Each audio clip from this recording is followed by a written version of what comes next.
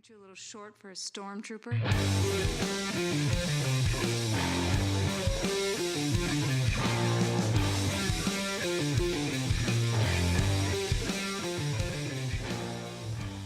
What's up, nerds? Welcome to another episode of the Multiverse Report. Tonight we are recapping the week's nerdy news from the Gotham Gazette to the Daily Bugle and everywhere in between. My name is Mike Gibson. With me as always, Steve Haller. What's up, Steve? Well, another year in the books, Mike. This, I believe we just talked about pre-roll being year 3, hypothetically, of doing this, which means twice before we've done superlatives on what the best of the prior year and what we're looking forward to the most in the next year are. Yes. I actually have the tab of what I was looking forward to. I don't have 23 to 24, but I believe my most anticipated of 2023 was The Acolyte. That worked out. The Last of Us also, well, that actually was good. Then Across the Spider-Verse and The Guardians Acolyte was for good. movies. Did you just knock on The Acolyte? No, I was knocking on the fact it didn't come out in 2023. Okay. Sorry. I love Sorry, The Acolyte. I was very disappointed it didn't come out. It's like some harsh words for The Acolyte. Yeah, after. no. I thought he really liked it. Yeah. No, and then I was looking forward to Sins of Sinister, which didn't pan out to what I thought it was going to be, and then Lazarus Planet, which I didn't end up reading. I forgot about Lazarus Planet. Yeah. It's hard to do like comic look forward tos, I guess, because it really is. Those things like just come and go so fast. Yeah, I don't remember what my most anticipated of this year even was. You know, our professionalism should have shown through, and we should have looked up what we said last year, but nah. Oh, you know what? I'm pretty sure that at least for my TV, I think I said Creature Commandos because it was the kickoff to the DCU. That sounds 100% right. And it's crazy because I said that a year ago, and I have not even seen all of Creature Commandos yet. Like, it's still happening. Right. It's not over. Yeah, things take time, people. Yeah, I'm trying to think like what it could have been. I'm vociferously sorting through my my sheets documents on. I think my most anticipated movie was probably Alien Romulus because there was so few actual like superhero comic book movies this year. I think there was one. Right. Yeah. That was pretty much it.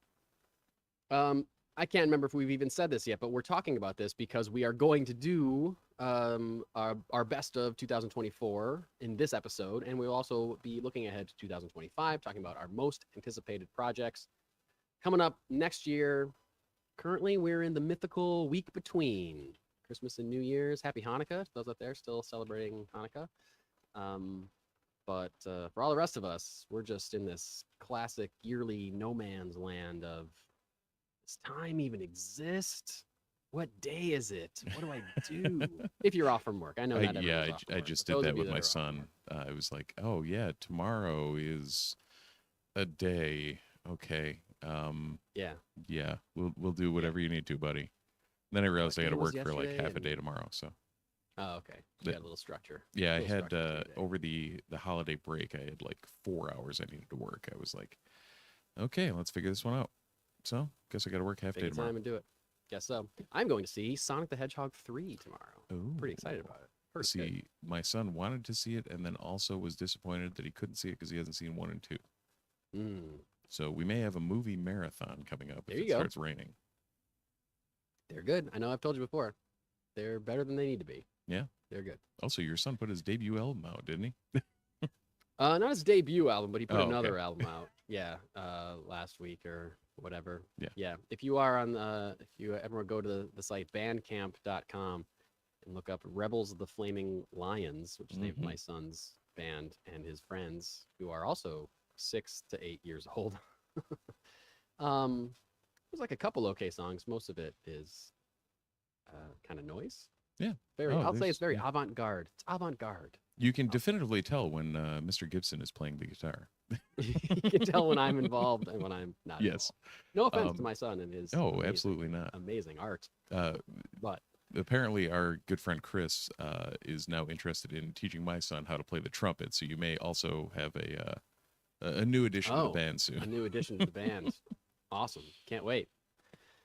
This podcast is brought to you by Funky Town Comics and Vinyl in Camillus, New York. Check them out. Spent some time there this past week. Of course, once again, forgetting to ask for a comic book to review. That's on me. Oh yeah, I So didn't don't even worry make about it down tonight. there. So All right, well, no reviews this week. If you tuned well, in for our see now my problem. informed comic book reviews, you can tune right out, jump Right. right off right now. My problem was the fact that Christmas Day was New Comic Book Day this week. Yeah. Yep. Didn't really work out well in my normal Wednesday get down there schedule. So Sure. Yeah. Yep. I popped down real quick just to grab the final issue of Batman Santa Claus Silent Night, so I could read it with my son, which we did tonight, and it was good. But I think that's it for business. Shout out to Richard Westfall in the chat, who's been singing our praises and chatting us up, trying to get us some new subs. Appreciate you, Richard. Thanks for hanging out. Thanks for talking. Thanks for chatting us away. we do also Love have it. Brian, the man on the Brian, comms here, the asking for Craven as one of the best of 2024. I literally told him to stop. Yeah. I I also saw a movie. thought you were gonna say you saw Craven. No, I saw a movie that starred Craven that wasn't Craven. Aaron though. Taylor Johnson. Aaron Taylor Johnson was in Nosferatu. Oh, that he I went to was. see Okay. The other day. How was he, it? I thought he was really good. He Nice. was very good in it, and I was just laughing. I was like, he's got one movie that he's really good in. I guess I've heard that he's good in Craven too. That's the only positive thing I've heard about Craven. Right. Is that he's Just the very movie is horrible, and The he's movie is fine in it. horrible. Similar to Yeah. how Matt Smith was great in good. In Morbius. Morbius, and the rest of the movie But was garbage fair around him. Nosferatu was pretty good. Like I felt like I wasn't really locked into it the way that I wanted to be locked into it. And I don't know if that was me or if it was the movie or it was just the fact that it's it's like a Dracula story, so it's kind of a story I've seen a bunch of times. Right. The cast was incredible. I thought Nicholas Hoult was great. Lily Rose Depp, Johnny Depp's daughter, is the female lead. She was exceptionally Nice. good in it. So it's something worth seeing if you like, gothic, macabre, horror, macabre. What am I, 15? Macabre, horror Macabre? stuff. Yeah, macabre. It's definitely worth seeing for sure. It was gorgeous, visually stunning Nice. movie. Yeah, That made me think of one of my most anticipated movies of 2024 that I did not end up seeing, The Last Voyage of the Demeter. I thought of you because there's a whole Demeter section of that movie. Oh, really? Yeah. Yeah. I would say that Nosferatu is a better movie than Last Voyage of the Demeter Okay. because I've seen both of those. Nice. So if you're looking to get your fix of Dracula, or sorry, Count Orlok in this case, killing people on a boat, then Nosferatu is your May pick. have to check that out. You have to check it out. I think that's it for as far as preamble goes. Ready to jump into some actual news, Might which as well. there actually is some. We thought this whole episode was probably going to be us doing our best of recap and a look forward, and we're gonna do that at the end. But we actually got some news dropping this week. Shocking for this late in the year. And it's not the best news. It's a little disheartening for somebody like me, a big DC guy and a big Batman guy, someone whose favorite live-action Batman film is The Batman, starring Robert Pattinson. Oh, it has moved to the favorite. Okay. Yeah, it's my favorite. Nice. Hence, I just gotta admit it's my. I know, like, since it had been released, because we've been doing this podcast since it's been released, it had like slowly been moving up the charts. So I'm glad to see that it's it's reached the pinnacle. It's the only superhero movie from the last, even I'll say 15 years, that I've watched over and over again. There's others that I've revisited. There's others that I've watched. Like the Suicide Squad is another one of my favorite movies. So like I've seen that multiple times. And like I'll revisit a Marvel movie now and then or whatever. But like I'll watch the Batman at the drop of a hat, and I've watched it so many times. I was like, this clearly really resonates with me. So I'm giving it that top spot. Right. So yep. Oh, by the way, if you want to see, if you like reading me talk or seeing my opinions on movies or hearing my opinions on movies, you can follow me on Letterboxd, the app Letterboxd. I use it all the time. I review movies and rank them and all that stuff. So be my friend. Tell me what movies you like and see what movies I'm watching. It's a really great app. I think the only thing I have on Letterboxd is our ranking of Star Wars films. Oh, well, there you go. That's my favorite thing to do on that app is to rank franchises and make Yeah. lists of movies. So Actually, I got in doing a that very all the time. good conversation this week about Alien Romulus. Oh, yeah? And with a couple of people that I did not expect or realize were huge Alien fans in my family. Yeah. Oh, Um, there you go. yeah, like That's had fun. no clue. Was it family Christmas? And I was like, I said something about Alien Romulus, and it just spun it down a rabbit hole. Oh, amazing. I was like, yeah, and it was consensus that since the original two, like this was far and away the best offering, and that it holds up, and that that Yeah. last 10 minutes or last 20 minutes gave it a nice twist, Oh boy. and Yeah. is still one of the creepiest things I've ever seen. Yeah. So good. I did rewatch that recently too. Yeah, Nice. that's great. Yeah, I saw it. I Um, was like, oh, we were flipping through, and Lisa saw it. She's like, "What's I'm like, "You're not gonna watch it." Yeah, you won't. No. That's cool to find something unexpected that you can relate to your family. Yeah. Yeah, like Like a my new thing you crotchety can old talk about. uncle, I did not know that was a huge Alien fan. There you go. Yeah. Awesome. Well, classically, Alien is a movie that, or is a franchise, I should say, that has a lot of time between its installments. Takes a long time to get an Alien movie greenlit, get things rolling. So speaking of that, now we know that it's going to be a long time. Even longer than we thought before we see The Batman 2. The Batman Part 2 has been pushed again. Mm-hmm. Months ago, last year sometime, within the last year, we talked about how it got moved from a 2025 release date to an October 2026 release date. Now it is getting moved an entire year. It is now dated for October 1st, 2027. So this was announced by the Hollywood Reporter, I believe. James Gunn was asked if it was true on social media, and he did confirm it by saying, yes, it is true. The only reason for the delay is there isn't a full script. Those of you who follow me here probably already know that. Matt, meaning Matt Reeves, the writer and director, is committed to making the best film he possibly can, and no one can accurately guess exactly how long a script will take to write. Once there is a finished script, there is around 2 years for pre-production, shooting, and post-production on big films. He went on to say in a separate post that he pointed out that really 5 years between sequels is really not uncommon for big films like that, which is true. But I think you're giving me a side eye. Like, you don't think it's true for 5 years between sequels? Give me an example. Spider-Verse and Across the Spider-Verse, as we talked about last week. Which the first two came out very rapidly, and now they're just being delayed and delayed. So I don't know. No, if there's it's, 5 years between Into and Across. Look it up. Look it up. didn't we look it up last week? And there was, Yeah. I thought it was like 4 or 5 years. yeah, my brain said 2018, and yeah, 2023. So Yeah. Huh. I mean, that's Um, one of them. Yeah, no, dude, But I know. yeah, But like, it seems like that's a stretch to say this is a normal thing, for 5 years. Like even you're looking at all of your major franchises, like it doesn't. Dune got pushed, and it was still only what 2 well, years. no, 3 yeah, years, no, I like- don't think anyone's saying that it's like, Yeah, I guess it's that not they want it to unheard take of. 5 years. Right. No one wants it to take 5 years. Yeah. You know.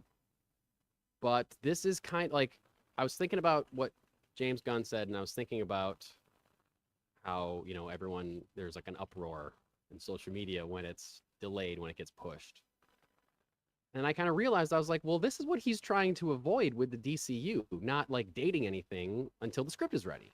He said that 1,000 times. We've talked about it on the show. Like, no DCU project is going to be greenlit, is going to go until they have a script that they're happy with, which is really smart. And I think the problem is that they dated the Batman Part 2 before he was in charge of DC Studios. So now we have a date, and this is what happens. This is why we get Yeah. confused about like Blade and stuff. Although like Blade Yeah, was like Blade's in its own production. animal, Like yeah. Blade's a different thing for sure. But that's the same thing. It's like Marvel dates a movie, then they have to move it a million times, Right. and we're like, oh, this movie's in trouble. But that's what, like, if this movie didn't have a date, we wouldn't really think about it. We'd be Right. like, man, I wish there was an update on the Batman Part 2. But the fact that it gets delayed twice sends like red flags, when really, like, if it is really just a script, then that's a that makes sense. Like, sure, yeah, I Yeah, don't oh, know yeah. how long it takes to write a good script. I mean, as is want for our podcast, like make a good movie. I don't care how long it takes. Yeah, Um, exactly.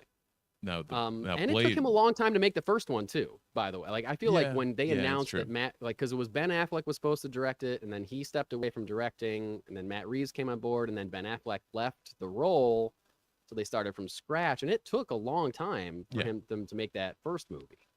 Plus, COVID and everything like that made it even longer. So, like, it's not out of the. Things seem to be lining up with, yes, it is just a writing thing. Right. Now, who knows if there is something going on behind the scenes? I don't know. What bothers me about this the most is that I know you're gonna say something about Blade in a second, and I'll throw back to it. But coincidentally, this week, Andy Muschietti, who's director of The Flash and the It films, who had been announced as the director of Brave and the Bold, the Batman and Robin movie that James Gunn announced for the DCU, mentioned in an interview this week that, quote, Batman is a project that's been postponed a bit, so there could be another film before that. So he may be making another movie before he makes Brave and the Bold. So I feel like these two pieces of news combined are just going to we're just going to get like so much more cycles of rumors and reports of like, is Robert Pattinson going to be the Batman in the DCU? Are they going to get a 100%. new one? I'm just like, I want to stop talking about that until it's definitive. Oh, but at the same time, like we're not going to stop that. Like it's going to happen. I know. And this news almost makes it seem like yes, that is the case. It does, right? Yeah. Yeah, it 100% does. Like if they announce that and then Muschietti starts talking and is like, well, yeah, our stuff got delayed. Is it weird happenstance or is it something that's connected? Because I don't know. I don't know. It could be or it could not be. Right. Correlation does not equal causation, but Exactly. when there's smoke, there's fire. I'm just going to use all the idioms possible, but it makes sense. Like Yeah. There's too many red flags flying up that are saying, "Hey, this is possibly connected." It might have been last week. I think it was last week when I was referencing some stuff that I'd heard on the Hot Mic podcast, and I almost said something about Batman, and I was like, nah, he had something to say about Batman, but I just didn't. It was more like theory. But I'll say it now since we're talking about it. It's the opinion of one of the Jeff Snyder, the host of the Hot Mic. He believes that James Gunn wants to use Robert Pattinson in the DCU, but Matt Reeves doesn't want to give up creative control of his universe because if Pattinson jumps to the DCU, suddenly there's a Robin, suddenly there might be like a time jump in what, like it screws up the plans Matt Reeves has for his very specific universe. I don't know if I believe that because I think Matt Reeves' thing is so specific, especially now that we have like the Penguin and everything. Like, I don't know. Like, as much as I think Robert Pattinson is a great Batman and it would be fun to see him interact with David Cornsweet's Superman, I really would rather that be separate still. So I hope that doesn't happen. But again, now we're just going to get more and more rumors of that until whether or not it happens or not. Who knows? But this is going to sound dumb, but even just thinking about the visual aesthetic of the Batman compared to what we've seen of Superman seem to be very like wildly different. It's a complete dichotomy between the two. So how that works, I mean, who knows? But that's also kind of what makes it, that's also kind of what would make it fun to see though, at the same time. Yeah. If they did it right, that's what would make it fun. And also Batman versus Superman, Gotham versus Metropolis, like how they've always been depicted too. Like Gotham has never been a happy-go-lucky city per se. Right. So there's a lot of options. There's a lot of things that can happen there.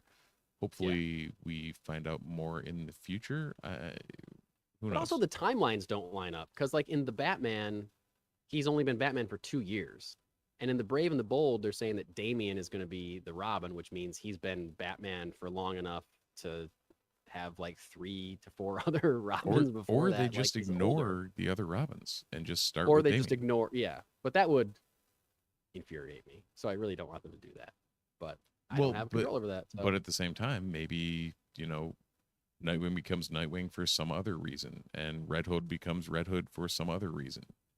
You know what I mean? Like maybe they still exist in the DCU, but they're not. They weren't born out of being Robin. Or they just do them out of order. Damien's just the first Robin. Right. And he leaves first, and then we get Dick Yeah. Grayson or whatever. You know. I don't know. That'd be weird. But it would be weird. I am very bummed about the Batman Part 2 being delayed another year. Mm-hmm. But like you said, Steve, like is the creed of this podcast, if it's gonna be good, then take as long as you need to make it good. Don't rush something to make it bad. We've been burned by that too many times. Well, I mean, that Marvel ties by into something Lucasfilm by Richard dropped Disney. in the chat that, Gunn will give us great movies, but at this rate, we'll get one DC movie every 7 years. Which, yeah. I mean, yeah, that does seem how it's tracking, but we'll see how But it would you works out. rather have one amazing DC movie every 7 years, or just like Marvel, 6 garbage ones? modern every Marvel. 2? Yeah, exactly. For the record, you said something about I've got something to say, and I haven't gotten Last Caress out of my head by the Misfits since you said that. Oh, Yeah. sorry. It's Were you gonna say just- something about Blade a while ago? How it's its own insanity? Yeah, I was just gonna wax poetic on how that movie's probably at this point been made like 3-4 times. Yeah, I mean, did they? They started I don't shooting at remember one now. point. Did they start shooting? I thought so. They did, right? I thought they did too, or they were about to. They Yeah. were like really close. Right. At least once people have been on a set. Yeah, yeah. And that's So, gone through 2 directors and like 2 to 3 writers. Yeah. So definitely a different situation than the Batman, which has 1 director, 1 team of writers just working on it. Yep. And who knows what else? Because like Matt Reeves was developing, he was involved in the Penguin. He wasn't like super as hands-on as he is on Batman Part 2, but like he was also like supposed to be developing that Arkham Asylum show for a while. So like who knows? And I'm sure he's like involved in other things. You know, he's got other things on his plate. I would love him to ignore all those things and just work on the Batman until it's done, so we can not get it delayed again.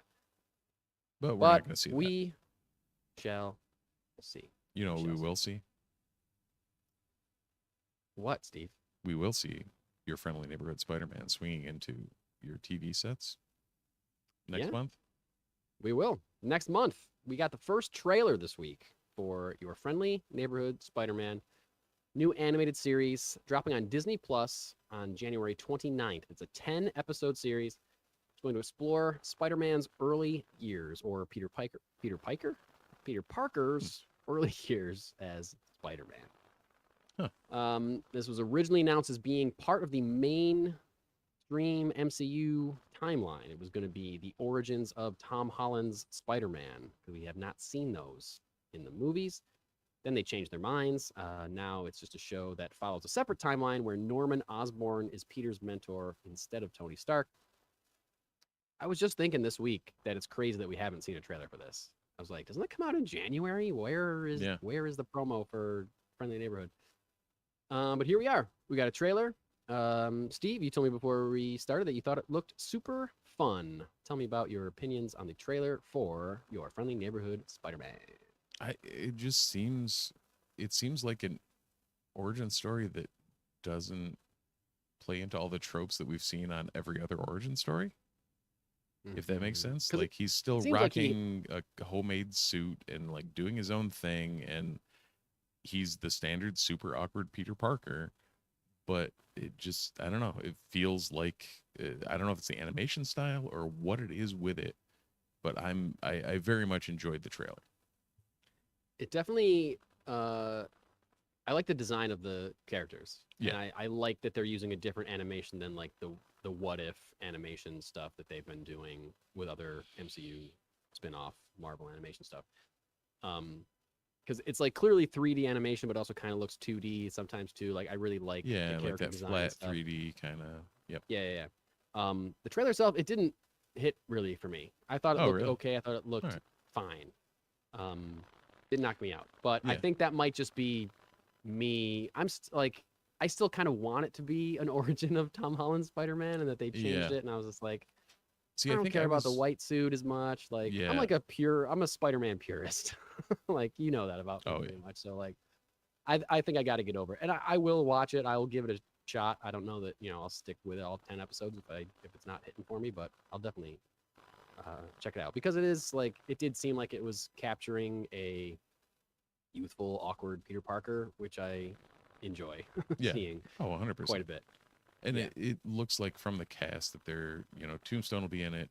Nico Minoru, Doc Ock, Aunt May, Harry. Yep. We saw in the trailer Norman is going to be his mentor. They also noted that Venom, Amadeus Cho, Pearl Pangan, Rhino, which Pearl Pangan is Venom. Wave. I don't know if you from Agents of Atlas. Scorpion, Chameleon, Speed Demon, Tarantula, White Rabbit, and Damn. more. So Wow. for 10 episodes, there's apparently a lot going on. Quite a bit. Yeah. So if Venom's going to be in it, there's no way they're doing the whole black suit thing. That's going to be a different origin story for Venom. Right, and I'm curious where we saw the white suit in the trailer. The trailer. That I didn't particularly care about. I think part of why it grabbed me was thinking about watching it with my son. Sure. And hey, this is goofy, and we'll keep him and catch him, and weirdly, probably more so than Spidey and Friends at this point. I think they dropped some new episodes, and he was like, okay, cool. But I feel Aged like out of it. this would be more in his vein. Yeah. So yeah, it seems it's at least something I'm gonna give a look at. And yeah, definitely looking forward to it. Yeah, me too. I'll check it out for sure. Yeah, part of it to me, because I guess part of my hesitancy towards it is that because it was originally this and now it's this thing, just makes it seem like Right. another What If episode, Okay. And I don't really care about the What If stuff too much. I guess I don't want it to be a What If episode stretched over 10 episodes, I guess, like a premise. Yeah. Well, I think What if he was I think trained by Norman seeing- Osborn? I mean, we've seen that in the comics, though. Yeah. It's nothing new. Yeah. I think with Spidey too, he's been around as long as he has and done as many things as he has, that seeing a quote unquote What If episode with him is just we've already done it before. He's Doc Ock's been his mentor. Harry, Yeah. Norman's been his mentor. Wow, Tony yeah. Stark is his mentor in the MCU. We've seen Peter influenced by everybody under the sun. So what's true. another take on it? Yeah. And I do like that it is, that's what I always want from Spider-Man, is a street level Spider-Man. Right. And it definitely seems like that, especially when he's wearing a hockey jersey and goggles. Yeah. Pretty Yeah. cool. That stuff is pretty cool for sure. Did you I know you and I, neither you or I are watching the What If series, but did you hear what happened on the most recent episode of What If, or is going to happen? No, I think it because just I happened. didn't even know it was airing. Yeah. Okay. Darcy, the character of Darcy from Yeah. the Thor movies and WandaVision, had a child with Howard the Duck. And that child is a woman named Birdie, who is voiced by Natasha Lyonne. Isn't that insane? It's insane, but it's also, it's also the kind of craziness that I love from a What If. Oh no, You know what I that mean? that fits in Like- what should be a What If, but that Exactly. That's I also, feel like the season of What If that I watched was all what if this character was this character?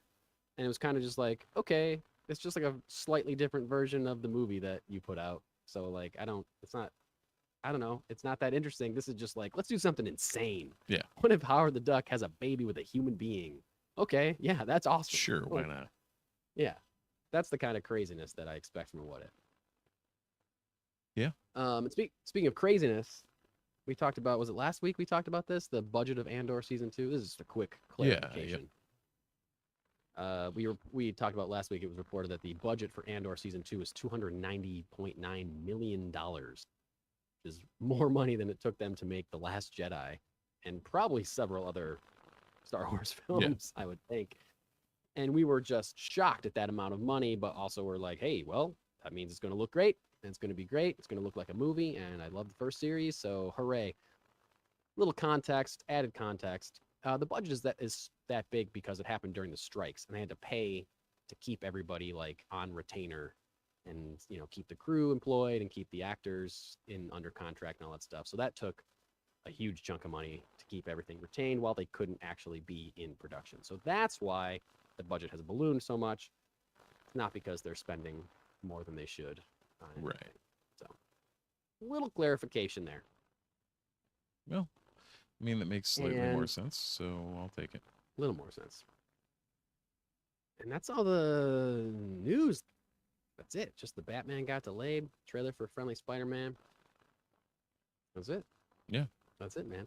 We're in that week. So, since we don't have any comics to review, Right. right? No. Nothing to review. Do you read anything, though? Do you read anything at all? Not like a specific Uh, review. Have you been reading during this? No, Holiday week? for one reason and one reason alone. Trying to remember the title. It's the Stormlight Archive Book 5 dropped, and it's a 1,300-page tome that I'm reading. Okay. Wind and Truth, 1,344 pages. So no, I don't have time to read Wow. any comic books right now. Hot damn, Yeah. Steve. Yeah. Wow. Well, I was loaned a copy of Volume 1 of Charles Soule's Darth Vader by a cool guy. Did you that get I into know. that? Nice. I haven't started it yet. No. Oh, okay. And I also got for Christmas, I got a gift card to Funkytown Comics and Vinyl. But I also got Crisis on Infinite Earths, the DC classic DC story that I've never actually read all of. And I asked for it for Christmas so I could finally put it on my shelf and know that I read every word of it.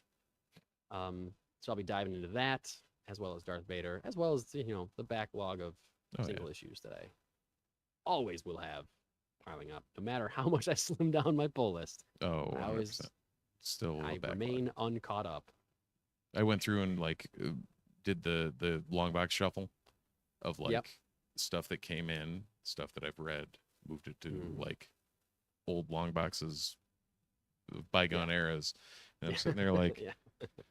huh, okay, well, I feel like I didn't do anything, but Yeah. I still have a short box of stuff that's like still needs to be read. Not a full short box, but it's, there's still stuff there. Yeah. Richard in the chat said he read Something's Killing the Children and fell in love with the series, Ooh. which Hell yeah, can Richard. confirm. I believe both of us will vociferously voice the praises of that series. I haven't caught up with it recently, probably know, yeah, post we fell off. 30 something, but Same. I think you and I dropped around the same Yeah. time, because Funkytown wasn't getting boom right, exactly. for a little bit. So I didn't want to drive to two different comic book stores. So I was like, well, it was like I missed an issue, and I was like, well, okay, well, Right. it's gone. I'll catch it up in trade sometime. Yep. But yeah, Richard, anyone else? Our mutual friend Adam Karki read issue 1 of Something Is Killing Your Children randomly. Oh, wow. Yeah, I know. And he thought it was great. I was like, well, you got to talk to Steve. He's got all the trades. You can Yeah, borrow all the, seriously. or a couple of them anyway. So anyway, yeah, highly endorsed Something Is Killing the Children. Right, because I think you got me into it at one point. yeah. And I was like, I'm going to grab whatever trades I can, and then I cut up with the floppies. Uh-huh. Mhm. Great. Great choice, Richard. Making a great choice. Your life will thank you in some way. Speaking of not being caught up on comics, there's more this week coming out that will Always prevent is. me from doing that, including this week at your local comic book store. You may find the following books: Absolute Superman #3, Avengers #22, Batgirl #3, Batman #156, Birds of Prey 17, Cable, Love and Chrome #1, Daredevil #17, DC Horror Presents Creature Commandos #4, Deadpool Wolverine #1, Justice Society of America #3, Justice League The Atom Project #1, Miles Morales Spider-Man #28, Poison Ivy #29, Saga #71, Sam Wilson Captain America #1, Savage Dragon #274, Shazam #19, Spider-Gwen The Ghost Spider #9, Star Wars Ahsoka #7, The Spectacular Spider-Men #11, Two-Face #2, Ultimates #8, X-Factor #6, X-Force #7. This, of course, is my pull week. We're getting Poison Ivy and Birds of Prey. Possibly picking up Two-Face #2 as well. Cable, Love, and Chrome. What's that about? No Anything about clue. that? No clue. No clue. No idea here either. No. I know Um, I'd assume I know what Deadpool Wolverine is about because, well, it's Deadpool and Wolverine. Hey, you would think so. There will be things It's cut ki- and sliced, and Yeah. Yeah. It's kind of crazy that they didn't have that going when the movie came out. You'd think they'd have that ready to go last summer. well, I think they Yeah. had a Deadpool versus Wolverine like mini going. Yeah, and they did have that Deadpool team up thing going that Yeah. featured Wolverine, but not the same as a straight up Deadpool and Wolverine title. Right, that would Yeah. go along with the Deadpool and Wolverine movie. Go figure. Go Fig, Well, and you can see now they're running the Sam Wilson Captain America #1. of course. Tie in Directly to the tying February into release February's, of yep. Brave New World. Yep. Um, I think on my poll right now it's Ultimates, and then you're gonna think I'm nuts, but Absolute Superman 3 and Batgirl 3. Why would I think for becoming a DC person? I'm not going to think you're nuts. I think you're awesome. No, you just might think I have a fever or something. No, I think your lifelong fever is finally abated and you're thinking clearly. Fair enough. Fair enough. That's what I think. Shout out to my sister who got me an awesome Saga t-shirt. for Oh, Christmas, really? by the That's way. awesome. Yeah, it's like a little TV set in the shape of that Prince, what's his name's head. Oh, yeah. It yep. just says like Saga on the in like staticky thing on the Oh, TV. that's sweet. It's awesome. Yeah. Yeah, it's awesome. Makes me need to catch up on Saga so I can wear it without being a poser. I don't want people Yep. to be like, "Ooh, are you caught up?" No, No. I'm not. No, I'm not. I'm not through 70 plus issues of Exactly. Yeah. I still have the first trade that I'm working my way through of like I have the the first fir- 6 I have- issues. I have the first 3 books, like hardcover, like books. Oh, right? like the and they're omnis like or the whatever. first. Or the, yeah. Yeah, and they cover issue 1 through the first hiatus. Okay. And I've read the first 2, and I waited on the third one because I knew it was coming back. And I was like, well, I don't, and I knew the third one ends with a huge cliffhanger apparently, but I don't know what the cliffhanger is. Mhm. But then I was like, well, what am I waiting for? Because it's going to be a while before they release another book to like get book 4. So I might as well just read it. Like, Right. what am I waiting around for? But it Yep. hasn't made it back to the list yet. So, but it's great. It's great. Highly recommend. Saga, available now where comic books are sold. Are we sponsored by Saga? We're sponsored by Brian K. Vaughan, right? For the amount we talk about that and Why the Last Man and Yeah. Paper Girls and whatever else, yeah, Yeah. we should be.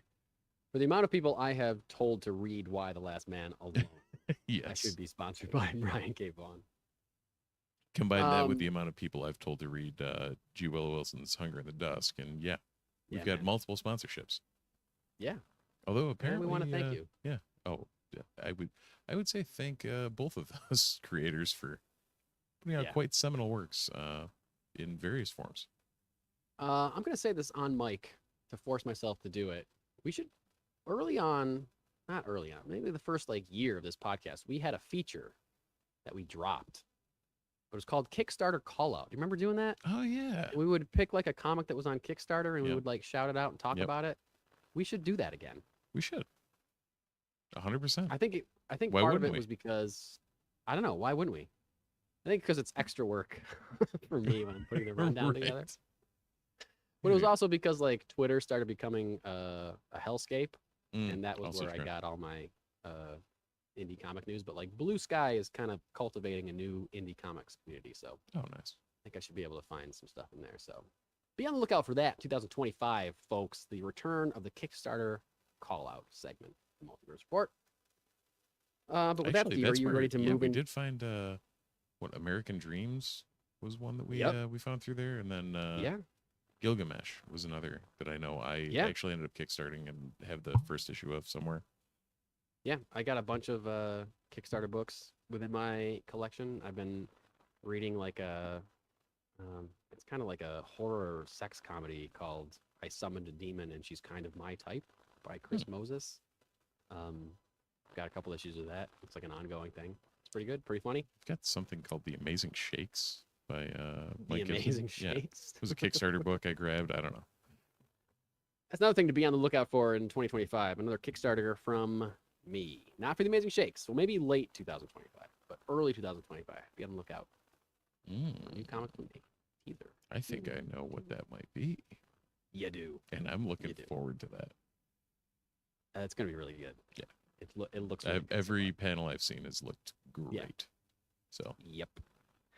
All right, enough of that. Steve, are you ready to talk about our best of 2024? I am 100% ready. All right. Um, So this was it was kind of a weird year just because of like on the movie front, there was literally like one superhero movie all summer. Right. There was one Besides, I superhero mean- movie. There was probably like two worthwhile Well- movies that were in. Well, one superhero movie worth the plaudits. Sorry. Because Craven did You're technically forgetting- come out. Well, Craven is a super villain movie, True. but you are forgetting about Madam Web that came out in February. Which I'm is not technically a forgetting. superhero.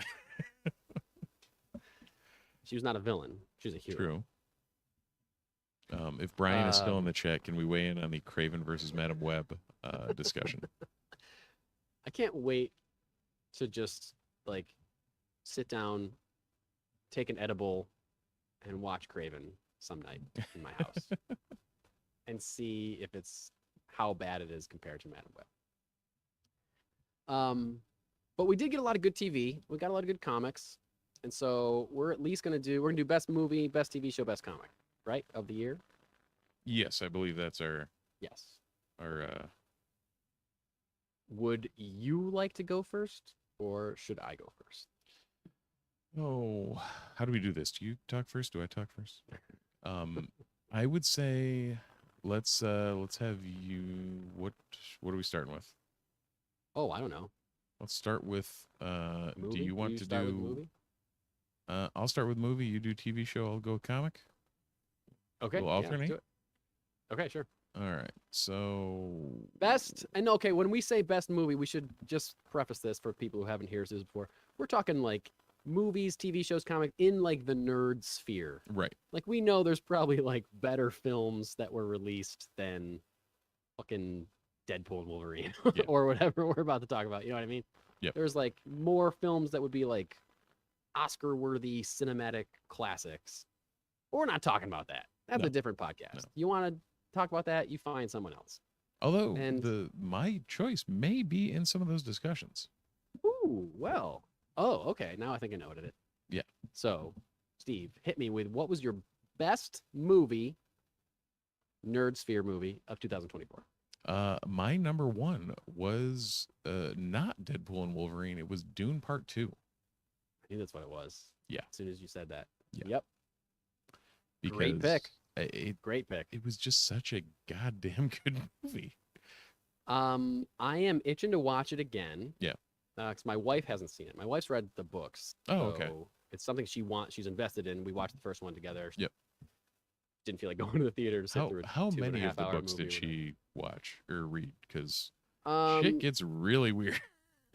You know what? Maybe just the first one. The first one, and that's what, part one and part two are based off of. But based on the first one. Yeah, um, yeah. yeah, after a couple books in, it gets weird to the point where I'm like, I don't know why I'm still reading this. Yeah, And I've read Yeah. some weird shit. So that's true. That's true. So yeah, Dune 2. Yeah. That's a good. and this pick. is coming from someone who is a absolute diehard Wolverine head.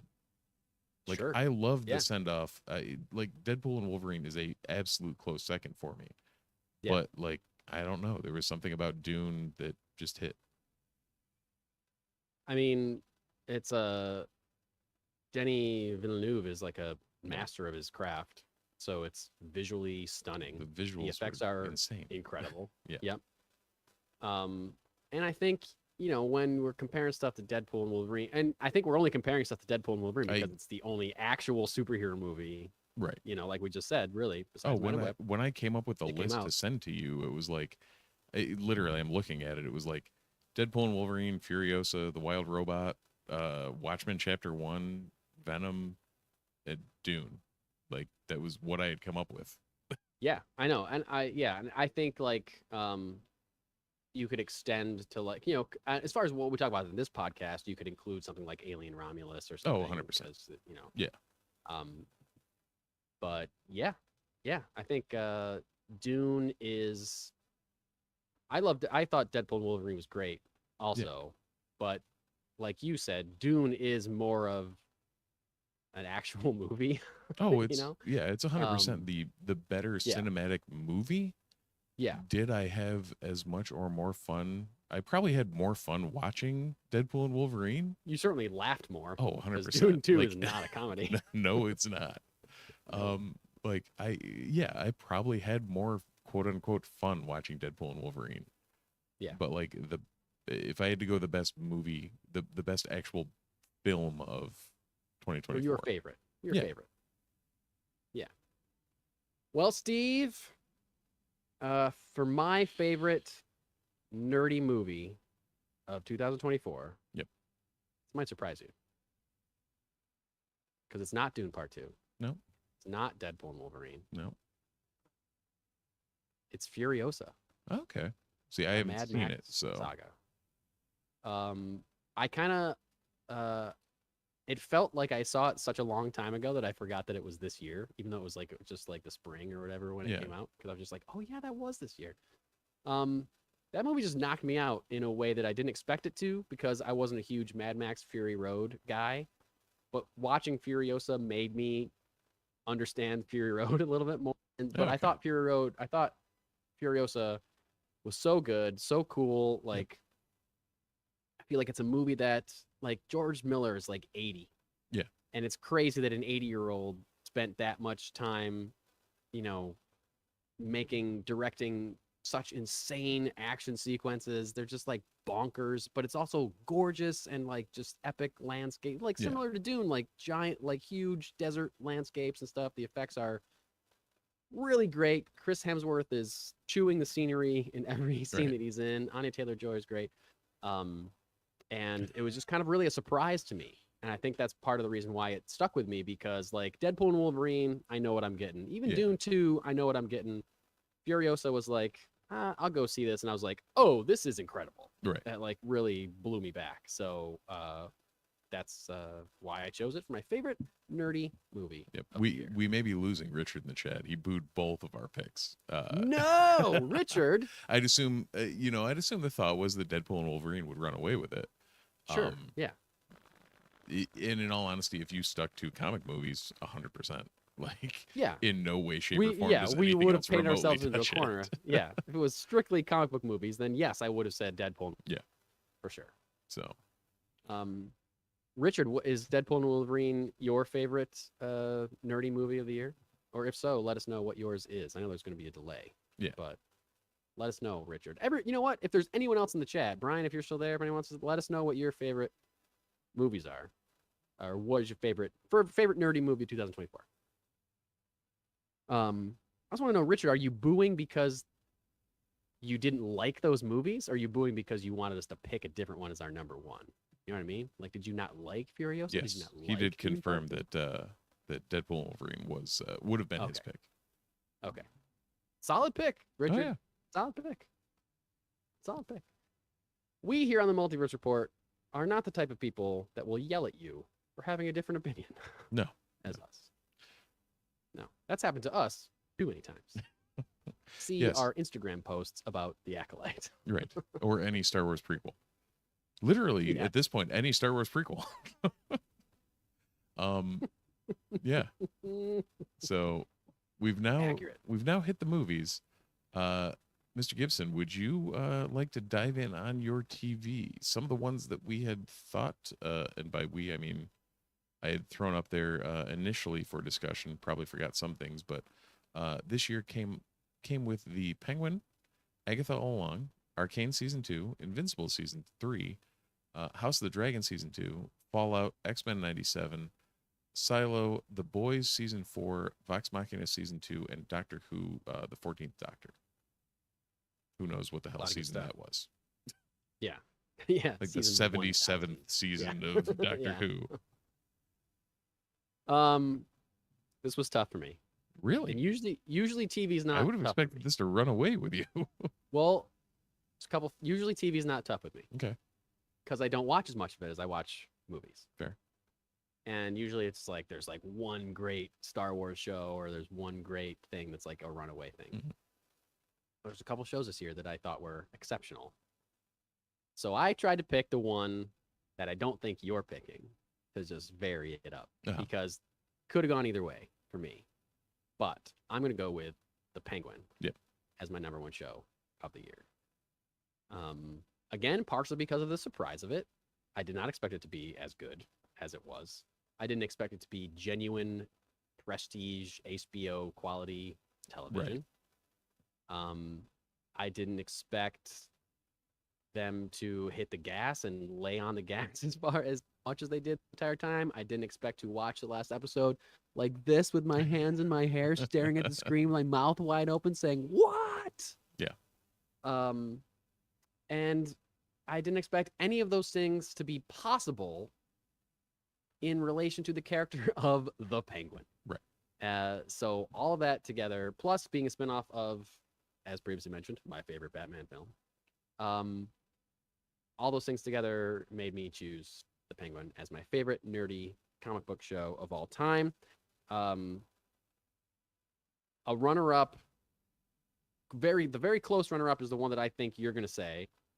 But if you don't, then we'll talk about that. But my other runner-up, honestly, is Creature Commandos. And one of the reasons that wasn't, I didn't even let that get close to the top, really, to like be a contender, because it's not over yet. Right.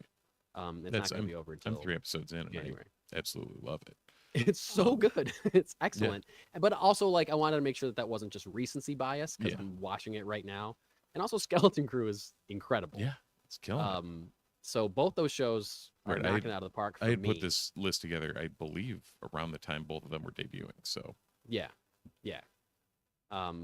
So both those are really high up, huge points for both of those. But I had to go with The Penguin because it's over. I know how it ended. Like, they landed the plane. There's no episode that I was like, whatever. So so I chose The Penguin. Steve, best TV show of 2024. I'm wearing it. I knew you were. Yeah. I don't think anything touched X-Men 97. Like, I know, man. It was so just the nostalgia, the quality, like, to see how the hell they turned an animated show that was a reboot or continuation of a 1996 children's animated show and hit all the notes they did, and every episode was an absolute banger. Everyone. It was like, I don't know how you did this. It was just absolutely great. From tip to tail, that team, and to like have the same voice, like more than half, but like the same voice actors, the same feel, but a very unique and different kind of storytelling vibe. It like kind of brought it to the modern era, and it worked extremely well. Servicing every character, deepening every character, giving every character like an arc, something to do, a place to go. Like, it just worked. It while still paying all around, like while still being a good homage to like the actual comic stories. Yeah. It worked way better than it should have. And you know, and that's why it was hard for me to choose between, like, honestly, the deciding factor for me was that, well, Steve's going to choose X-Men 97, so I'm going to choose. But both those shows are really like, neither of these should be as good as they are. Yeah. No one expected them to be as good as they are. Yeah. And, you know, I'm not really someone that, like, well, speaking of that, looks down on animation, but I like Penguin and X-Men 97 are like in equal footing, I think, in my eyes. So it doesn't, live action versus animation had nothing to do with it. Like, it's just exceptional storytelling. Well, and this year, think about like shows that nobody thought anything of that turned out to be bangers, with Agatha all along too. Agatha too, yeah. Like, this is, talk about a show that nobody wanted or cared about, and then it came out and you're like, oh, that's actually a really good show. Okay. Fallout. Exactly. My wife and I watched we're kind of a couple episodes in right now. I forgot that you were watching Fallout. Like, the first episode kind of hooked us of like, this is pretty solid too. Gonna go out on a limb here. If I had to non-nerd state my favorite show of 2024 though, Shogun ran away with it. Oh, like, that's right. I don't know if you've seen that yet. Like that's in the the space. ish. Yeah, enough. it's like, adjacent enough that I was like, I don't know if I can throw it in there, but like as far as a period piece, like it just absolutely amazing. Yeah, I have not seen it. Yeah, if anyone listening hasn't seen it, it is very, very well done. Will keep you on the seat of your chair, on the edge of your seat. There you go. You will be sitting down the whole time, guaranteed. Yes, you will be seated. If you feel like standing, feel free. However, you may want to for a couple of scenes, and that definitely sit down. That and Arcane, I kind of came into this year, which was it's based on like the League of Legends and Riot Games sphere. Animation, very quirky animation, kind of in between a couple of different animation styles, and very, very catchy. So awesome. Kind of got hooked on that as well. I And sorry, I do want to apologize to Brian. I could not vote for Invincible season 3, or to Paco also. Yeah, Paco. Yeah, because he got real mad at me. Yeah, because I have not seen season 3, so I could not vote for it. Steve, I haven't seen season 2. I don't know if I have either. Yeah, I don't know. What is wrong with me? I don't. Yeah, time. That season 1 was so good. We both have small humans that we have to care for, Mike. I know, but I still watch stuff. Like, why don't I think about that? I need to think about Invincible. I think part of it too is that it's on Amazon. Yeah, I never watch stuff on Amazon. I'm never casually scrolling to see what's on Amazon Prime. Right. So there's that.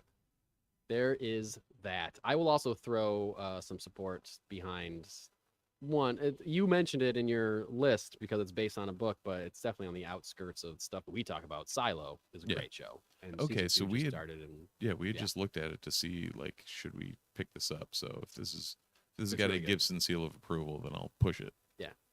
It's the one I mentioned before, but my wife's actually read all the books. Oh, okay. So it's a rare thing where she knows what's going to happen and I don't. And she's not surprised by things. And I'm like, what? It's really, really good. I still stand by the fact that the best ever was The Red Wedding when that debuted. Oh, yeah. And I had read all the books, and I'm like, I just watching 7 people around my apartment at the time just go insane was one of the coolest experiences in pop culture I've ever seen. Wow. Yeah. Yeah, that was a moment for sure. What are we at? Comics? I think we're at comics. I think we're comics, my man. So the books that originally I had thrown on the list for 2024 comics, Beneath the Trees Where Nobody Sees, Doom the One Shot, Ultimate Spider-Man, The Deviant, The Six Fingers and the One Hand, which was a kind of combination Ramvi and somebody else's joint, Jason Aaron's TMNT, Absolute Batman, Hunger in the Dusk, Transformers, Incredible Hulk. Not sure if you had any others you'd want to mention. I don't think I had that I called out last year. I don't think I did have any other that I called out last year specifically. But what was your? I think I know. But what was your best comic book of 2024? Yeah, there. Richard also points out in the chat that there were a ton of indies that were absolutely insane. I think if you go back through we should like start cutting our comic review sections out on YouTube, and I should start doing a lot more with the YouTube section, in the spare time that I have. But you used to. Yeah, we'll figure it out. You said yes to a few more things. Right.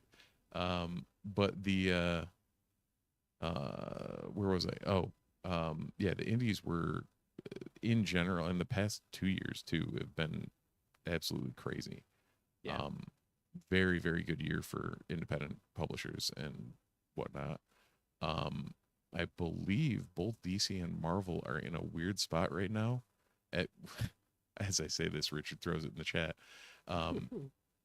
Where their alternate universes are currently better than their mainline books. Certainly hitting. Yeah. Yeah, like the absolute stuff certainly hit huge for DC. Oh, 100%. And I would have to say my book of the year was Ultimate Spider-Man. Just because like it was It's still 12 issues in now. I think I'm through 10, and it's just consistently very, very good. Yeah. Yeah. And probably number 2 would be TMNT from Jason Aaron, just because I very much enjoyed it. And that may be recency bias and me forgetting half of the 8 million books I read at the beginning of this year. Yeah. But as you can imagine, the 1,000 comics did not come to fruition. I don't know if you remember that. How far did you get? Let's see. I believe I got... You must have gotten close to halfway, or at least halfway. Oh, 100%. On the actual list... I got 100% halfway there. On the actual list, I got up into the, 400s. Okay. And I know, and that was probably... Jesus, I can't even think of when the last time I edited this was. I can probably find out. Version history. So the last time this was edited was June 10th, and I was at 4 and change. So, yeah, I probably got about maybe 3/4 of the way there. Nice. So nice. I just got lifed. Yeah. Yep. I had a tough time picking my best because I feel I don't pull as much as you, so I don't see as much of new stuff necessarily. But I'm still pulling Poison Ivy. Poison Ivy was exceptional, and that was my number 1 last year, and it's still worthy of that. Birds of Prey is still exceptional as well. I pulled a series called Boy Wonder, which was great by Junie Ba. But it's kind of a tie. And it's tough because okay. My number 1 is Zatanna Brink. That was going to be probably my 3rd or 4th.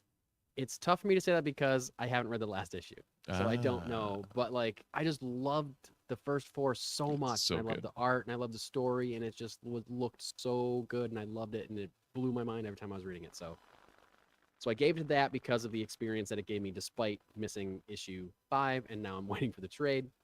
Well, and Javier Rodriguez's art in that was just stupid good. Wild. Yeah. Stupid good. But I'm very pissed that he's with DC now instead of you. Well, you know what, Steve? Guess what? You are also now with DC, so welcome, True. Mr. Batgirl and Absolute Superman.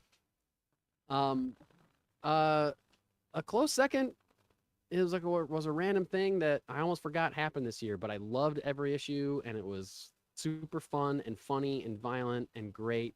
Peacemaker Tries Hard was a really great miniseries. It was pretty good.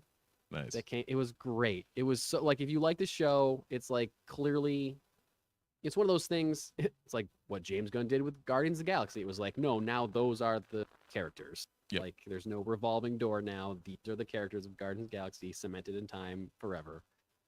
And these are their characterizations. Similar with Peacemaker, it's here's a character you didn't know, but now this is what he is forever. This is the biggest version of him that's ever been, probably ever will be. And so the comic book was very much based on that iteration of the character. Yeah. It was really funny. He's kind of half stupid and half a badass at the same time, and he's running into all these other low-level DC characters and stuff, and it was just really great. It was great. And so Peacemaker Tries Hard and Zatanna Bring Down the House. Yep. My comics of the year, my friend. Yeah. On the flip side of that too, we did also get we got a call-in vote from Mike down at the comic shop. Mustache nice. Mike, for anyone Mustache who Mike. Is a frequent goer to the shop. I'm gonna stop trying to find some good way to segue it, but you did it. Absolute Batman got his nod for comic of the year, because it was just that damn good. I mean, they're 3 issues in now. I've read 1 and 2. They were both similar to Ultimate Spider-Man, where when you can reinvent a character that's been around that long and have it be an actual unique look at it, it really hits very differently. And for sure, both of these seem to have succeeded. I've also enjoyed, the other Absolute titles. I think I only read one of the Wonder Woman, but 1 and 2 of Superman. And on the Ultimate side, like Black Panther was solid.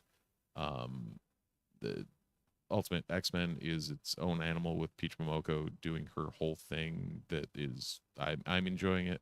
I know it's hit or miss for some people, but Sure. it's been great. Like trying to like taking these new looks at established characters has been a very successful thing for them to do this year. And Yeah. I think this will be I guess remembered as a year of that, because it happened for both major publishers and hit well. Yeah, for sure.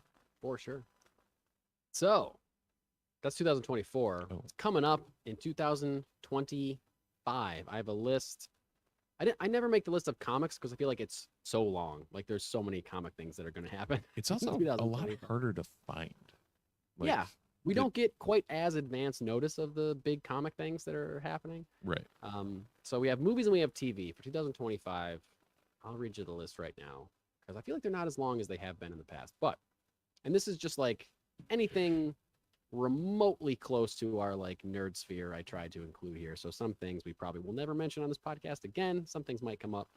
2025 movies. We got Superman, Fantastic Four, First Steps, Mission Impossible, Final Reckoning, Ballerina, there's a John Wick spinoff, The Wolfman, the Minecraft movie, How to Train Your Dragon, Jurassic World Rebirth, Tron Ares, Captain America Brave New World, The Day the Earth Blew Up, a Looney Tunes movie, Until Dawn, video game adaptation, Predator, Badlands, Mortal Kombat 2, Dogman, Snow White, Thunderbolts, Karate Kid, Legends, 28 Years Later, Avatar, Fire and Ash, and the SpongeBob SquarePants movie, The Search for SquarePants.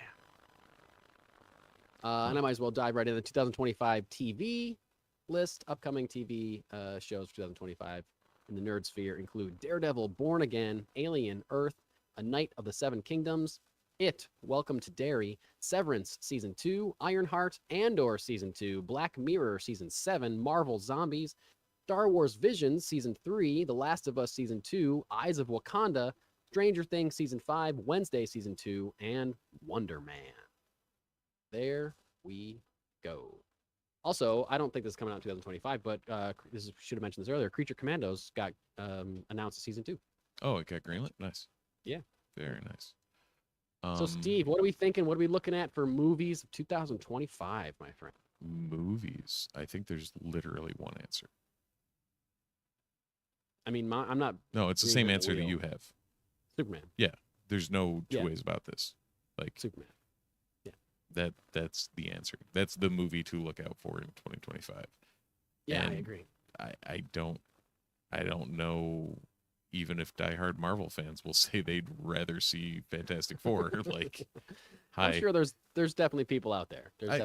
I'm sure there's Fantastic Four fans that are more than happy to like call that what they want to see, but like, yeah, unless we see a trailer that remotely shows me something, it's gonna not be anywhere near what I want or what I'm anticipating out of Superman.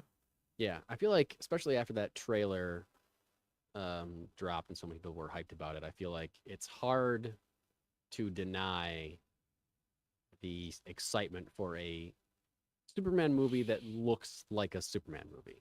Yeah. You know? Very much so. Yeah, so that's really there. I mean, other highlights for me, I'm always excited about the possible movie. Wolfman, I'm excited about because it's by the same guy that made The Invisible Man that came out a couple years ago. You ever see that Invisible Man movie? Yep. So good. Yeah. I mean, it's come out in January, so I don't know if the release date there's telling me anything that I should give a heads up about, but I'll still see it. Ballerina, like I have a confession to make. Yeah. I have never seen a John Wick movie. Oh, really? Yeah. They're worth watching, dude. Oh, I've heard nothing but awesome things, and that it's just stupid fun. Like at least the first one. Yeah. Is great. And then the others are, you know, like watching Keanu Reeves beat people up and shoot a bunch of people. Right. Awesome. Yeah. So, yeah. And Ballerina stars Anna de Armas, who is pretty easy to look at. Yeah. So I'll watch her shoot a bunch of people too. Like, why not? Also, the Predator movie, because Prey was so good, and it's by the same guy that did Prey. Yeah. So that's on my list too. Weirdly, How to Train Your Dragon live action looked way better than it should have by the trailer. Yeah, I can't tell if that looks good or if it looks like. I thought it was weird that they didn't redesign Toothless at all. He Right. looks exactly the same. Yeah. Just like, what? I feel like you should do something. He looks exactly like the animated one. But, I mean, I you don't don't necessarily need to go like full Smaug, Lord of the Rings. No. But No, maybe change it a little. make it look a little more real life because it didn't look real life. It No, looked at the like same time- the animated dragon. Yeah, I don't know. When as soon as it popped on screen, my son was like, "Toothless." I'm like, "Yep, Yeah, Yeah. that's what they're doing there." I'm sure that's what there is. That's what they're doing. I'm sure that's what they're doing. Speaking of children, Brian in the chat notes that Dogman will make $1 billion. I agree. I also think Dogman's going to make $1 billion. My son is so pumped to see it. My son And doesn't I know am it's too. coming out yet, so I've read all those books, so Yep. I'm excited to see it too. To be honest with you. notice how none of us have said Brave New World or Fantastic Four or I know. Thunderbolts or anything Marvel, or out- Avatar: Fire and Ash for that matter. I still haven't seen Water and More Water or whatever. What was the last one? Waterworld, it's starring Kevin Costner and I've seen. That I've seen. oh god, yeah. Out of those three Marvel movies, what are you most excited for? Fantastic Four, Captain America, or Thunderbolts? I don't know. Maybe I do. What? Thunderbolts for me. I was literally gonna say maybe Thunderbolts. I mean, we haven't seen anything from Fantastic Four. Yeah. Of the two trailers, I think Thunderbolts looks like a better movie than Captain America. I think Captain America want- doesn't look like a bad movie by any stretch, but you're right. I I agree. think Thunderbolts agree. look like the better movie. Captain America looks good. Yeah. Thunderbolts looks great to me, based on trailers alone. I'm excited to see Captain America: Brave New World. I want it to be excellent. I And want it once very we badly to be this excellent. this may get wiped out, like this order of operations may get wiped out completely once we see something or anything from Fantastic Four. But at this point, we've Yes. got nothing. Nothing. Yep. Tron Ares, I know a lot of people are looking forward to. Mhm. The reboot didn't hit me like it did some people. I've never seen a Tron. Ever. Oh, really? I've never seen any of those. Yeah. I Yeah, should, the original probably. is, it's an iconic cult classic. Yeah. Like it is what it is. Jurassic World Rebirth is the Scarlett Johansson one, right? Correct. That I'm interested on. Yeah. As far like that's going to be, I don't know. I'm pretty out on the Jurassic franchise after the first one. We've talked about that Yeah. before. Yep. But if the trailer's great, then it depends on what the story is and what's going on. Give it a shot. I have a guilty pleasure in that I will watch Mortal Kombat 2. I watched about half of the first one. Yeah. That came out a couple years ago, and I think I only stopped because it was late and I was tired and I didn't finish it or whatever. But I Right. just didn't go back to it. But I didn't And- hate it. Like, yeah, I would watch. I should finish it. I would watch the second one. Yeah. I mean, I had a weird obsession with those games growing up, so Yeah. why not? Did you Um, see the original Mortal Kombat and Mortal Kombat 2 Yes, films? and I can still, as soon as you said that, have Mortal Kombat Annihilation, please. It was not Mortal Kombat Annihilation. 2. You're right. Sorry, I you're still right, have the you're right. techno theme running through my head as soon as you said that. So Did you see them in theaters? yes, with Christopher Oh. Lambert as Raiden. That's right. Yes, I a also very, saw both very of them. white man playing a Japanese yep. god. I also saw both of them in theaters. Yeah. Oh yeah, yep. I don't know how many times my cousin played that soundtrack in his 1991 Pontiac. Oh yeah. Yeah. Yeah. 1991 Pontiac Firebird with T-tops. Oh yeah. That Dope. 100% screamed you need to be playing that soundtrack. That is a song that needs to be coming out of a fire. Uh, So TV, what are we looking at for TV, Steve? A lot TV. of good amount of TV. Mine's fairly obvious, I believe. I threw Severance season 2 on here. Severance isn't something we really talk about, but if you haven't seen Severance, it is an incredible, like sci-fi kind of show. I keep about- getting that and Succession confused every time Yeah. I think about it. And one Yeah. has Adam Scott and the Single other does not. S Yeah. words. Yeah, it's the one with Adam Scott. One with Adam Scott. It's incredible. It's incredible. And both my wife and I are so excited for season 2 because Well, I may have to watch season 1 ended then. in huge recommendation. Yeah. It's one of the greatest television shows I've ever seen. So Like it's on a list. In my Huh? brain. okay, that's definitely moving it up my list. Yeah. TV in 25 is actually a very, very, very difficult list hot. here. Pretty hot.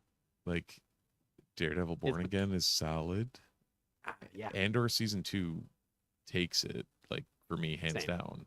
Yep. Andor Um, season 2 runs away with my number 1 most anticipated. But like you've got Daredevil Born Again, you've got Last of Us, you've got Stranger Things, like the final season of Stranger Things. Like, come on. Yeah. Alien Earth. Alien Earth. Yeah. Yeah. That's like maybe that's like tied with Daredevil for number 2. Yeah. I think for me. The only I reason don't it's really know not for anything me about is it. I don't know when I can watch it because I know my Yeah. wife will not watch it. No, she will not. She will not. I can convince her to watch Daredevil. I can't convince her to watch an Alien movie or TV show. TV show. Yeah. I'm so excited for that though. Yeah. Because it's Noah Hawley. Yeah. It's the guy that did fucking Legion. Yeah. Okay. Do you want your wait. mind blown? He can do it. He can do it. Yeah. He can do it. Proven fact here. And yeah, Stranger Things I'm pumped for. Last of Us season 2. Occasionally, it's taken me forever to get through the first 2 seasons of Star Wars Visions. I'm still not through them both. But I do like throwing on a Star Wars Visions every once in a while. And even if I don't like it, just being like, well, that was something I've never seen before. Right. Like Yeah. that was an artistic choice that I've never witnessed. Yeah. And I think it's cool that they're giving us so many seasons of it. Like clearly Yeah. it's popular enough that it's working for a lot of people. And Right. that's great. Because you do get to see voices telling Star Wars stories that don't usually get the chance to tell Star Wars stories. So, a lot of different perspectives, Yep. new kind of like fresh attitudes on the material. So it's really cool for that for sure. Yeah. Also, Like, Ironheart, a show that I never thought we'd see ever. Ironheart happening, Wonder Man. same deal. I don't know. We'll see. We'll see. I mean, Yahya Abdul Mateen is very good at what he does. He's very good. Very good. It's not quite Did Black you watch Manta. that? Oh,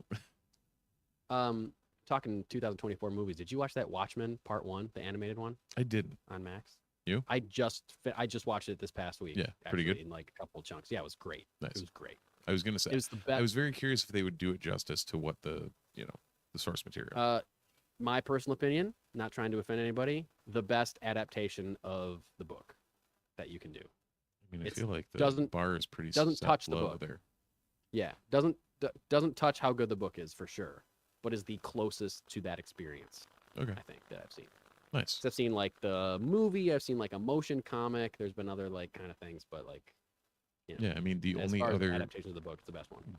good thing that got put out with the Watchmen name on it was the series that didn't The sequel particularly have series, a yeah. ton to do with the original.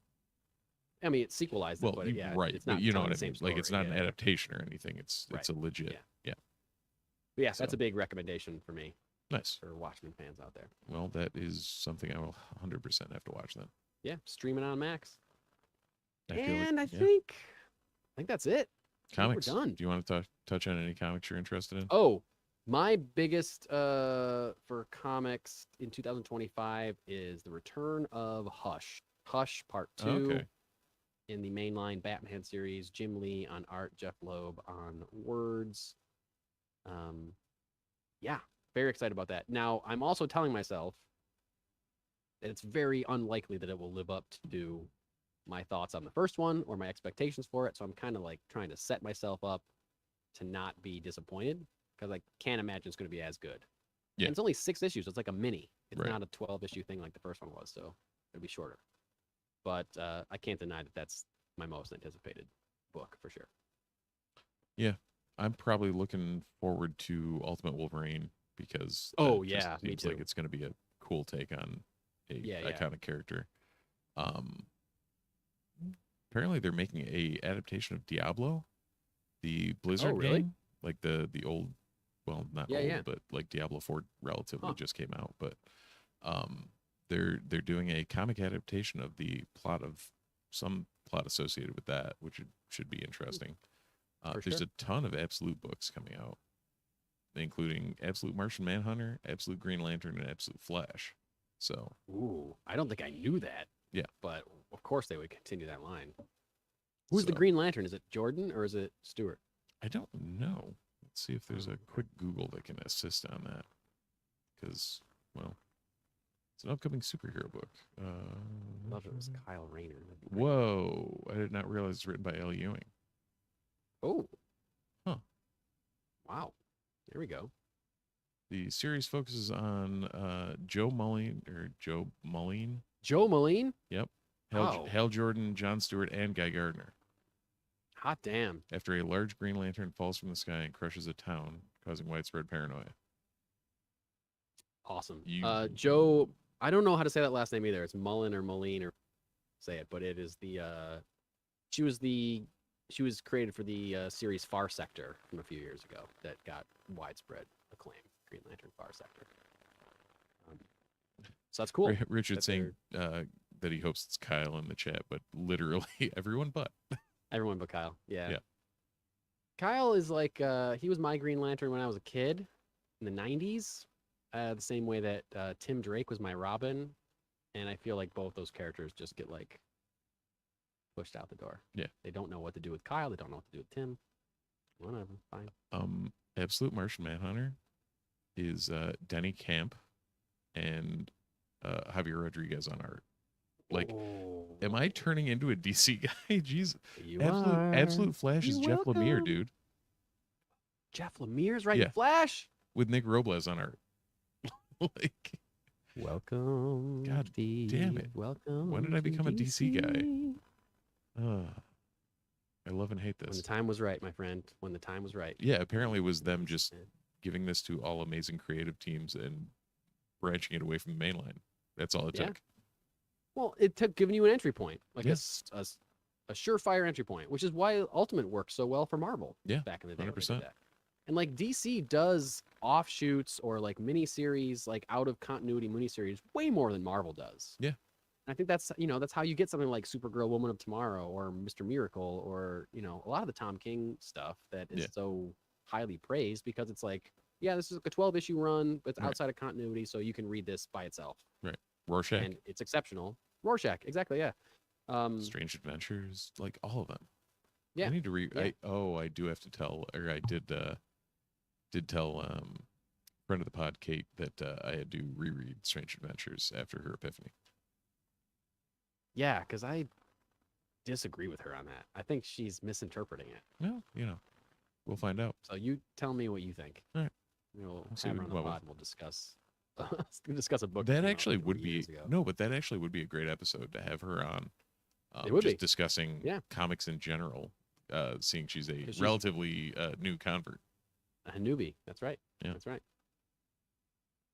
And maybe in 2025, you and I can finally get our other idea off the ground that we've been teasing and talking Yes. about. We behind will at closed some doors point for a get long that time. off the ground. We may need Yeah, new. one of the other may need new people victims involved. though. What's that? You said we may need new victims. No, just that one of them's had some family like health things that they were Ah, taking care gotcha. of. So like that's why I haven't been pushing. But Fair enough. the other one is firmly ready to go.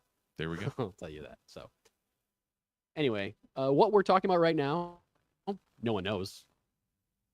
Yeah. No one doesn't, Steve. But maybe sometime in 2025 it will make sense to you, and you can look back at this episode and say, "Oh, I get it now. Get it? It now." will. Maybe. And if you'd Maybe like not. to find a way to push that to make it happen, you should probably check out our Patreon at patreon.com/multiverse report. Indeed. Any assistance in that vein will help us get some of these other ventures off the ground. You can also, if you pledge to us, get various rewards based on Patreon tiers. So go to patreon.com/multiverse report to check those out. You can also subscribe, and check us out on YouTube. For those of us who are watching, thank you. Thank you very much. For those of you chat. who are not, you should. If you're hearing this in your ear holes, then subscribe, and leave us a review, preferably 5 stars, preferably with a recipe that we inevitably will not eat. Not well, not the most complicated recipe of all time. Fair enough. You know, So your yeah, favorite sandwich or something like a rub for a chicken, some shit like that we can do easily. Yeah. Not a 3-layered cookie. baking Chris, don't baking even listen to definitively. I love how he somehow did. He doesn't even listen. No. He saw me post about it on Instagram. He Yeah. did it that way, but he doesn't even listen to the podcast. I appreciate He the doesn't review even though. know. I That's very much that's the appreciate second 5-star Chris mentioned this podcast, by the way. review. Yeah, you're right. One good, one bad. Really even him out. There you go. For him inevitably to never hear this. Yes, exactly. Well, I guess that's it. Thanks for sticking around, people. Hope you had a wonderful holiday, and I hope you have a wonderful New Year's. And we'll talk to you in 2025. So until then, as the two suns set over the burnt corpses of Owen and Brew Lars, we say thanks for watching, thanks for listening, and we'll see you in the multiverse.